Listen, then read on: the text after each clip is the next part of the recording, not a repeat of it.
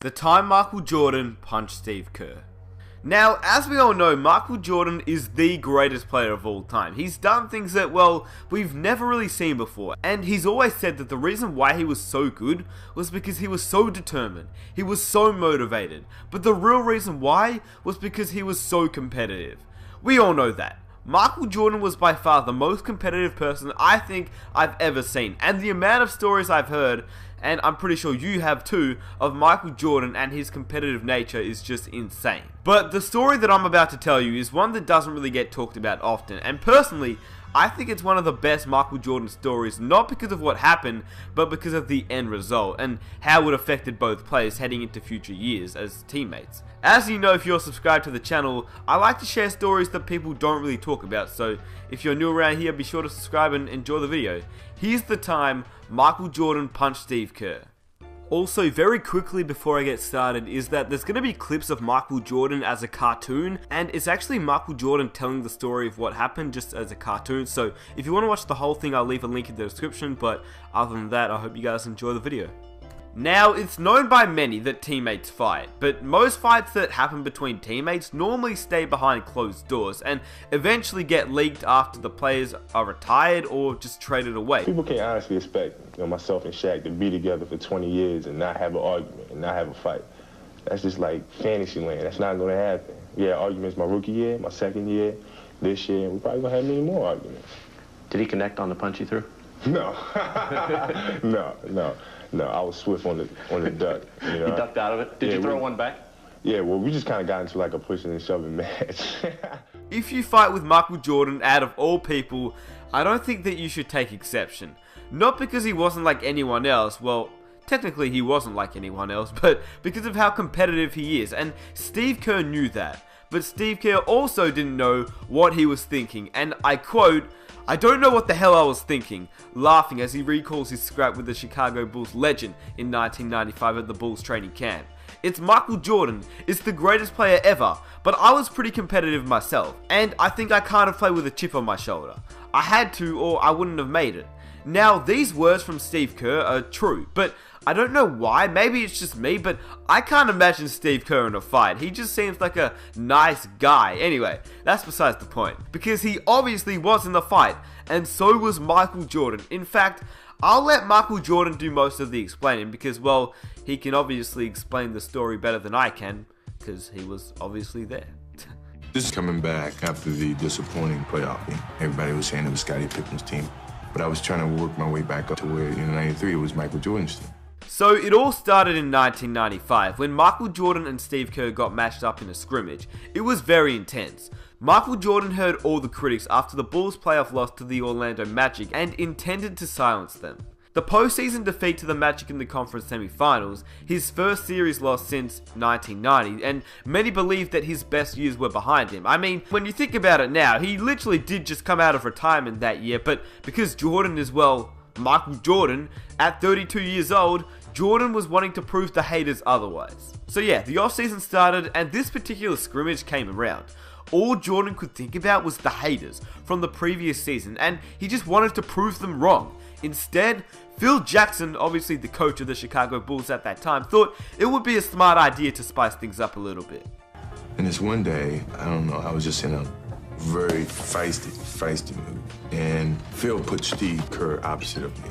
But he was giving Steve all the calls. And I'm getting like really ticked off. Anyway, Jordan was furious, and as a notorious trash talker, he and Kerr started talking trash on a couple of possessions, and then it just escalated from there.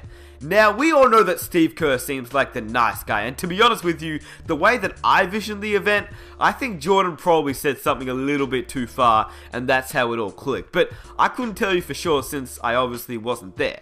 Steve Kerr then says, "I took exception to something he said. So I was talking back, and I don't think Michael really appreciated that. And we got in the lane, and he gave me a forearm shiver to the chest, and I pushed him back. And next thing you know, our teammates were pulling him off me." One thing led to another. Next thing you know, I fouled him real hard. He fouls me real hard. And then before I knew it, I hauled off and just whacked it right in the eye. All the anger, all the comments of people saying that my skills had eroded and I wasn't the same Michael Jordan. And I was letting everything go. Of course, Steve Kerr got the worst part of the incident. I mean, he ended up with a black eye, but that's pretty much what happened to most players when they challenged Michael Jordan. But the thing was, and this is the main reason I wanted to make this video, is that after the fight happened, Steve Kerr earned Michael's respect. But yeah, Steve Kerr, only 6'3" against Michael Jordan, you would assume that he would get the worst of it, and he did. He ended up with a black eye. He threw some punches before, it was all broken up too, so good on him. The next day in practice, I'm looking at Steve. Steve got the biggest black eye. And when I saw him, I went right up to him. I said, you know what? I'm totally sorry. I just lost my temper. He says it was partly my fault, too. I knew not to push you. We two grown men and teammates stood there for almost 20 minutes apologizing to each other. From that point on, I've always respected him.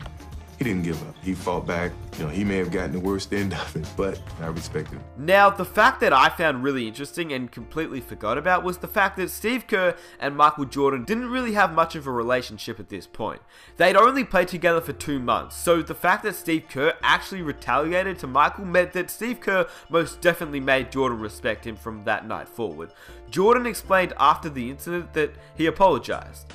And I called back to the Bulls practice facility, and they gave me Steve's phone number, and I got his answer machine. And I said, Steve, I am so sorry. My anger got the best of me. I really am trying to get myself back to where I once was, and it was just something that shouldn't have never happened, and I truly apologize for it. Now, the thing that I love about this whole story is what actually came up after the fight. I mean, we all know that Steve Kerr, as a man who was one of the nicest guys in the NBA landscape, but the fact that he protected himself was the right thing to do. He says that he was embarrassed by how he was being treated and he wasn't going to put up with it. He also said that it was a totally different relationship from that point on. There was also mutual respect, with Kerr feeling that Jordan trusted him on the court more in important situations, which we now know is obviously true. Just look at the time Jordan trusted Kerr to take the game winner in the 1997 NBA Finals. That's pretty crazy.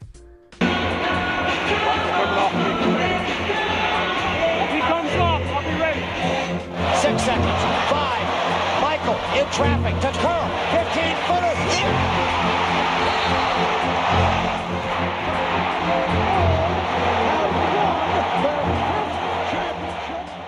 Now, it has to be said, the Bulls couldn't have been great without their immense talent of Jordan, Pippen, and Rodman, but they couldn't have been historic without coming together with players like Steve Kerr, Kukoc, and Ron Harper. The Chicago Bulls avoided major issues after the Kerr-Jordan incident and never lost more than 2 games in a row, taking on the characteristics of its coach and its leader. The same relentlessness that produced the training camp tussle led to arguably the best season of all time. After the incident, the Chicago Bulls finished with a 72-10 record, which lasted as the greatest record of all time until obviously the Golden State Warriors beat it. But I mean, the Bulls won a ring, so I still say it's the greatest record of all time. Now, from the NBA landscape and the outside world, from afar we don't really see what goes on in practices, and we're pretty much unaware of the little day-to-day arguments, but I can almost guarantee you that fights like this, maybe not to this extreme, but fights like this do happen a lot of the time, and it's not always a bad thing. It's just 2 players, 2 competitive players just getting into it, and I think it's honestly fine. I think we should maybe not hear more about it, but we should maybe sometimes get a little bit of insight from NBA players, because I think it's pretty cool hearing stories like this, and sometimes it can ultimately be the catalyst for creating tighter bonds, just like Michael Jordan and Steve Kerr. I honestly think that without the scuffle between Michael Jordan and Steve Kerr, the relationship between the 2 players probably wouldn't have been so strong. And I also want to mention the fact that Steve Kerr is probably one of the most genuine people in the basketball world, whereas Michael Jordan, no matter how great he was as a player, which I mean, he was obviously the greatest player of all time, he really wasn't the nicest bloke, and I'm pretty sure most of us know that. He was a great player, don't get me wrong. I'm not saying his basketball talent was not there. It was the greatest, he is the GOAT. But I'm saying, as a person, I don't think he was the nicest bloke, and that's just part of his nature. That's how he was. That's his competitive nature, and that's the reason why he was so good. That's just how he was. Ultra competitive. So I'm just saying, the next time you hear about 2 players getting into it at practice, maybe it's not because they hate each other, alright? Maybe it's the fact that it's just 2 competitive guys getting into it, and to be honest, it might even bring them closer together on the court. And I hope you guys enjoy the video. I just thought it'd be a really interesting video for those that don't know about the time Michael Jordan punched Steve Kerr in the face. And to be honest with you, Kerr wasn't the only player Michael Jordan punched in the face, which is pretty insane, but that's who Michael Jordan was. If you enjoyed the video, please subscribe for more videos just like this. I honestly appreciate all the new subscribers because we've been getting a lot of new subscribers, which thank you guys so much for sticking around and enjoying the content. If you're new, be sure to subscribe. I think you guys will love this channel, and if you enjoyed this video, please leave a like, comment some of your own ideas that you'd like me to make a video on, and that would be absolutely amazing. And I'll catch you guys in my next video.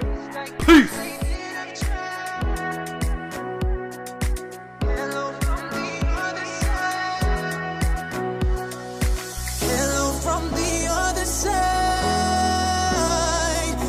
Must have called 1,000 times to tell you